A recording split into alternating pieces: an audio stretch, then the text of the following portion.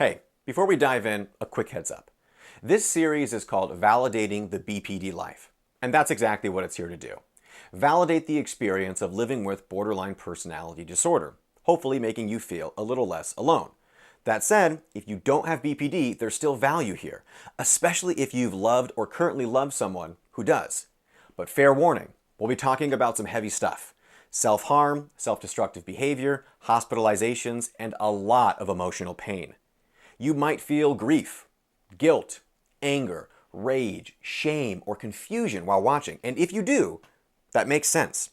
Don't judge yourself for feeling anything. Don't shame yourself for being triggered. Emotions show up for a reason, even if you don't know that reason right away. If it helps, try saying, "It makes sense I'd feel this way after everything I've been through." And if you've ever been hospitalized or felt like you were losing your mind, I wrote a book about my own experience at a psych ward, and you can grab it at the link right here. Or here. To be honest, I'm not sure where I'm going to put it, so I'm just going to say grab it. It supports the work I do and might help you feel a little less lonely on this journey. All right, without further delay and nothing more to say, buckle up, Buttercup. It is time to walk the middle path towards common humanity and a wise mind.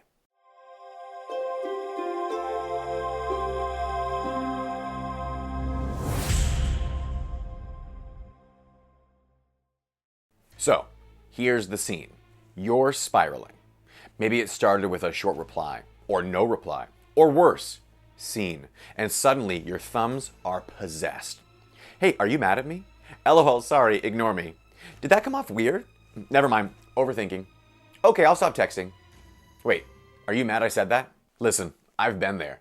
My screen time report has felt my panic. My battery is tired. But the truth is, this kind of overcommunication, this panic texting spiral, doesn't only drain your phone, it drains the relationship, and it drags you away from your wise mind. STOP is a DBT distress tolerance skill that stands for stop, take a step back, observe, and proceed mindfully. Simple, right? And when your nervous system is screaming, "Fix it now or they'll leave you forever," STOP is a literal relationship saver. So next time you feel the urge to send that 26th text in a row, try this instead. Stop. Don't move. Don't type. Just freeze. Then take a step back. Physically set your phone down. Stand up. Walk to another room.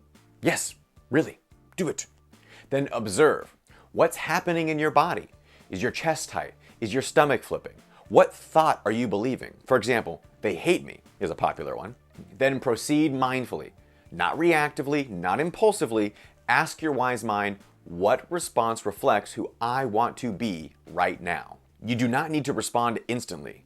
You need to respond intentionally. Wise mind is that inner middle path, the intersection of emotion mind and reason mind. And let's be honest, in a texting spiral, wise mind is the last voice we hear. Emotion mind says, "Send everything." Reason mind says, "Don't text at all. Act unbothered. You don't even care." Wise mind says, "You're scared."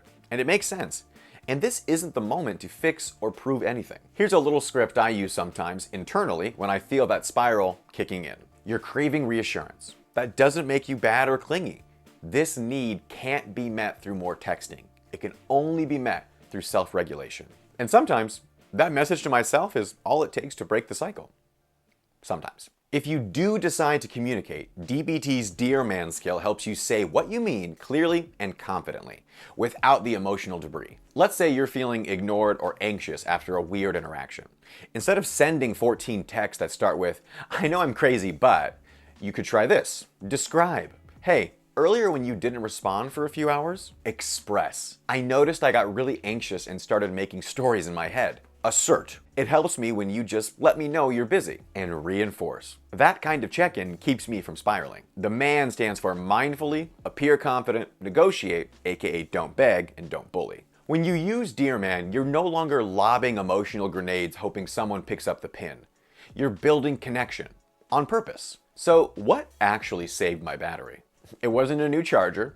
It was a pause. It was a breath. It was a choice to not turn my anxiety into someone else's responsibility. The more I practiced stop, the more I noticed something wild. I was sending fewer texts and having better conversations. I was asking for what I needed without chasing. I was still me and less frantic. Let's be honest, Texting can feel like emotional crack when you're anxious. With DBT skills, it doesn't have to control you. Instead, you can be someone who feels deeply, experience urges to overcommunicate, and still choose not to flood your partner with 37 texts before lunch. That's growth. That's mindfulness. That's also way easier on your battery life.